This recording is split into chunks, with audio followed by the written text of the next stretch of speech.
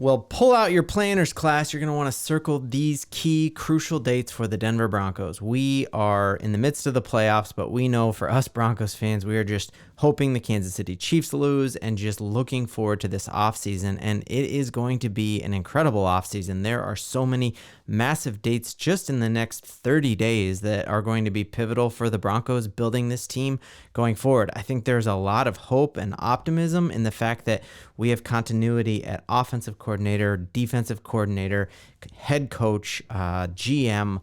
That entire continuous system is going to set us up for improvement. So in this video, I'm going to break down all of the big events just in the next 30 days that we need to have circled on our planners, be paying attention to, and ones that I'm definitely going to be covering on this channel. If you're new to this channel, my name is Ben. I break down all things Denver Broncos, and it is awesome to have you along for the ride. Helps me out if you like and subscribe. So big events coming up for the Denver Broncos. Again, I'm really high on this offseason, and I think there is a lot to look forward to.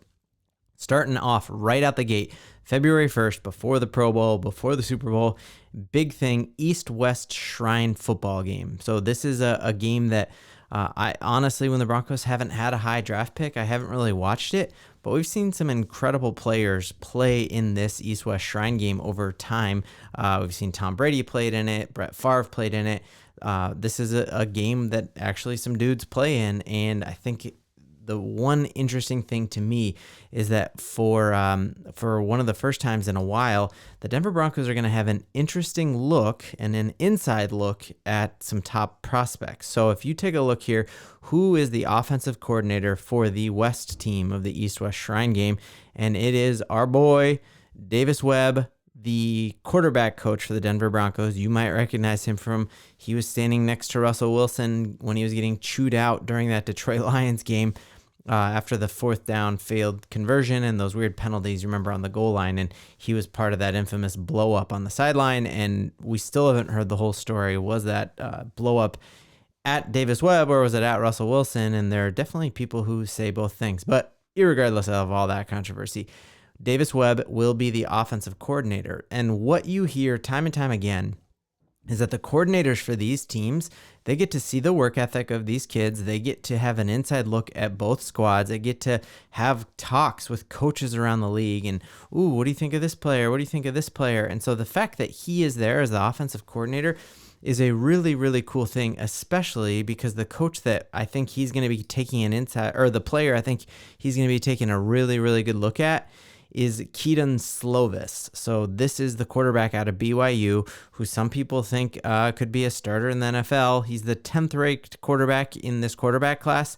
Obviously, Caleb Williams up here at the top, but there are a lot of high hopes. You know, it's interesting. BYU isn't typically playing pro-style defenses. I can't remember like some great BYU quarterbacks to come out. But Jordan Travis was also going to play in this game, but he's just going to be there at the game, available for questions. He's going to be on the sideline. He's going to be in all the offensive meetings. So I think it's interesting that both of these two players right here are going to be getting looks at. And I'm excited to hear what Davis Webb thinks of him. And if we end up drafting him, you can better believe that it was because of this. So the next big date that comes up in the month of February is just a few days later. You have the Senior Bowl. So between the East-West Shrine game and the Senior Bowl, there aren't players who play in both. That would be like a lot on your body to actually go do both of those. But between these two things, other than if you are the top-ranked player at your position, you will play in one of these games. So you look at like the running back out of Michigan, like Blake isn't playing in either of these games. Caleb Williams isn't playing in either of these games. But if you're not a top-ranked guy at these, you're playing in one of these. So the interesting thing with the Senior Bowl by Reese's Pieces, grab a cup. Actually, I don't eat it. It's too much sugar. They're not a sponsor. Eat real protein, just like the Meat King, whatever his name is. But they do actual combine for this, so that'll be an interesting thing that you get an actual look at some measurements out of here. I don't believe, they do a 40-yard. It's not an official 40, but it is listed on a lot of players' draft profiles. So I think the interesting dudes that we're going to look at the Senior Bowl is going to be specifically Bo Nix is supposed to come out and just ball out. it's the Senior Bowl where Brock Purdy came out and made his like real splash, and you hear Kyle Shanahan fell in love with Brock Purdy, not by his college film, but by his performance at the Senior Bowl. Other dude who's going to be interesting is Spencer Rattler, and I don't know if you watched QB1, the Netflix documentary, but they've been following him around since high school. Both of these quarterbacks are dudes who, when Bo Nix played at Auburn, I'm like, oh, he's going to be an NFL QB. So it'll be interesting to see how both of their combines go, how both of them look at the Senior Bowl, and does that move them up or down the Denver Broncos draft board. But the really interesting thing with the Senior Bowl in particular is they do a lot of one-on-ones where they take top corners and top wide receivers and have them run routes, and do it with no one else, and they do it in a way that hopefully you don't have a lot of injuries. But it's those one-on-one matchups that you can see wide receivers' footwork. You can see, like, are these cover corners? Are these more, what are these corner skills? And what you hear from the Senior Bowl in particular is that this is where Sean McVay fell in love with Puka Nacua, and why he drafted him and said, like, we got to get him.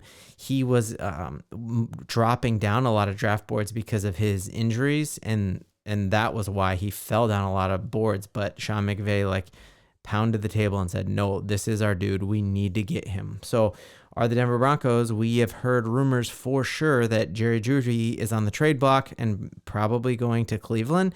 So we need to fill in some wide receiver talent. The type of wide receiver is all going to hinge on what's the deal at quarterback next year with Russell Wilson. But nonetheless, I expect to see a lot of the Broncos scouting presence at the Senior Bowl. And again, tons of great players have played in just both of these big games. So the next big date to look out for is the HBCU legacy game. And I think what has happened, especially since we have seen Coach Deion Sanders, Coach Prime, come from an HBCU and see that, like, one of the top players in the country right now, Travis Hunter, who could be a first-round draft pick at corner or a first-round draft pick at wide receiver, he played at an HBCU last year, and you just see the level of talent there has certainly been magnified, and I think that level of talent has probably always been there, and then Coach Deion Sanders has shown that, hey, there's actually a lot of talent there. So that is February 24th. The next big dates to look at, and I mean, we got to break down, like I said, I'm gonna have to do a whole video on the month of March and all that as we go on, because we're not even at the time where, like, Russell's money's due and we got to make a move on, are we keeping Russell Wilson and all that. But the next big one league-wide to look at is February 20th is when leagues can franchise their free agents, and obviously, we got Cushenberry and we got Josie Jewell as free agents who a lot of people want to stay.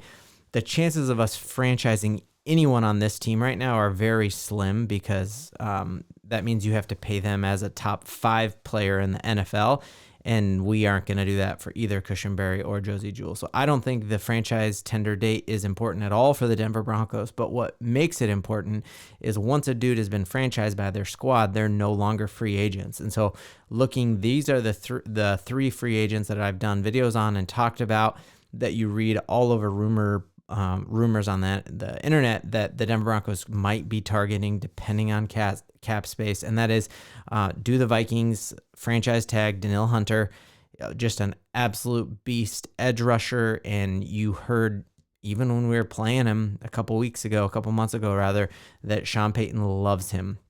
Next one, Dalton Schultz. What is the deal with Dulcich? Like, do we trust his medicals? Can he come back? Can he be the tight end we all have thought? If not, the top tight end free agent is definitely going to be the Houston Texans' Dalton Schultz.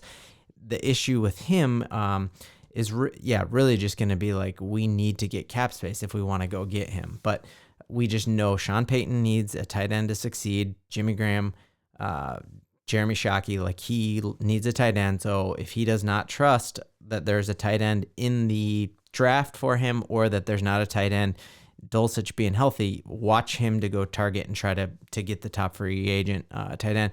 And the last one would be Josh Allen. You hear, again, a beast edge rusher from the Jacksonville Jaguars. And if the Broncos make a run at one of these dudes, once their team franchises them, that is off the table, no longer an option. Last thing to watch for this video is going to be the NFL draft combine. Like, I cannot wait. We finally, in the first time in 2 or 3 years, have a first round draft pick. It is at 12. There's going to be a ton of talent on the board at the 12th overall draft pick. We just look, we got Noshawn Moreno there. Like, I think we could easily have the top player, the top corner, the top defensive tackle, the top running back. We're not going to get the top quarterback at 12, but there's going to be a lot of talent. And so that runs from in Indianapolis, and they broadcast that also on the NFL Network. And that ends on March 3rd, and it starts on February 29th. So the big days to look at is looking at, I think Bo Nix could fall. I think J.J. McCarthy could fall. I think Michael Penix could fall. And really looking at their medicals and all of their bench press numbers and all that stuff. So you got defensive linemen and linebackers start February 29th with their position drills and their 40 and all that. And then you have defensive backs March 1st. A lot of rumors that the Denver Broncos are going to go for one of those Alabama corners at 12. So you can watch both of them on March 1st. And then you got quarterback, wide receiver, and tight end. Is that Georgia tight end going to fall to us? He's going to be there. So much to watch, so much to look forward to. And this is all before we even talk about Russ's money. When is that due? Make sure you are liked and subscribed to this channel so that you do not miss a bit of the action. And Broncos country, let's stay buckled up.